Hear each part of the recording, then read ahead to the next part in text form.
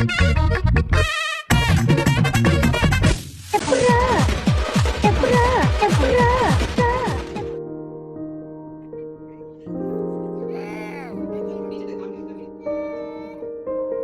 Hello everyone, இது உங்கள் doctor Mukesh.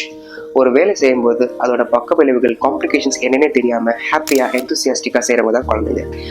For example, ஒரு ஹாஃப் டேமேஜ்டு மெட்டீரியலில் ஃபுல்லாக டேமேஜ் ஆகுறதும், முக்கில் ஏதாவது பேஜுக்கு லைட்டாக கிழிஞ்சிருந்தா ஃபுல்லாக கிழிக்கிறதும், ஒரு கிளாஸ் பாட்டிலில் இருக்கிற பொருள் எடுக்கிறதுக்கு கேப்பை திறக்காமல் பாட்டிலே உடச்சி அதில் இருக்கிற பொருள் எடுக்கிறதும், ஒரு கடலையோ இல்லை பாசியோ அரிசியோ பருப்போ இல்லை ஷர்ட்டில் இருக்கிற பட்டனோ அவங்களோட முக்குக்குள்ளேயோ இல்லை காதுக்குள்ளேயோ வச்சா என்ன ஆகுன்ற ஒரு சுவாரஸ்யம் குழந்தைங்களுக்கு அளவே இல்லை.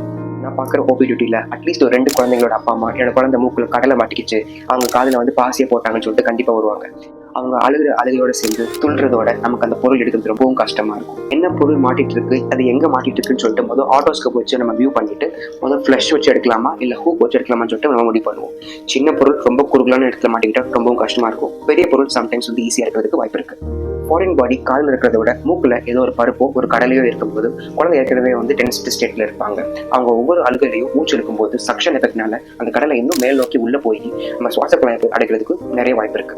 இந்த ஃபாரின் பாடியை இந்த ஹோல்டரையோ இல்லை இந்த ஹூக் வச்சு எடுக்கும்போது காதலையோ மூக்கலையோ புண்ணாகி ப்ளீட் ஆகிறதுக்கு அதிக வாய்ப்பு இருக்கு. அதை நம்ம எடுக்கிறதுக்கு முன்னாடி பேரண்ட்ஸ்ட்டை இன்ஃபார்ம் பண்ணுறது ரொம்ப முக்கியம். பேரண்ட்ஸ் தான் காரணம், பேரண்ட்ஸோட கேர்லெஸ்னஸ் தான் இது காரணம்னு சொல்லிட்டு எல்லா இஷ்யூவையும் அந்த பேரண்ட்ஸ் மேலேயே புகுத்தாம நம்ம என்ன அட்வைஸ் பண்ணலாம்னா, ஒரு குழந்தைய ஒரு இடத்துல பிளேஸ் பண்ணுறதுக்கு முன்னாடி சுற்றில அக்சசரி மெட்டீரியல்ஸ் ஆன பட்டன் பேட்டரி இல்லை ஷர்ட் பட்டன் இல்லை சாப்பாடு பொருட்களான கடலை பருப்பு அதெல்லாம் வந்து இருக்காம ஒதுக்கி வைக்கிறது, க்ளீன் பண்ணி வைக்கிறது ரொம்ப அவசியம். குழந்தைங்க ஒரு 3 வயசு வரைக்கும் ஸ்நாக்ஸ் அவங்களா சாப்பிட்றதோ இல்லை கடலை பருப்பு ஏதாவது சாப்பிடும்போது நம்ம கண்காணிப்புக்கு கீழே சாப்பிட வைக்க வேண்டியது ரொம்ப முக்கியம்.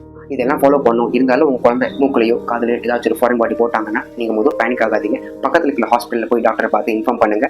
அந்த ஃபாரின் பாடியை எடுத்து உங்கள் குழந்தைய ரிலாக்ஸ் ஆக வைக்கிறது எங்கள் வேலை.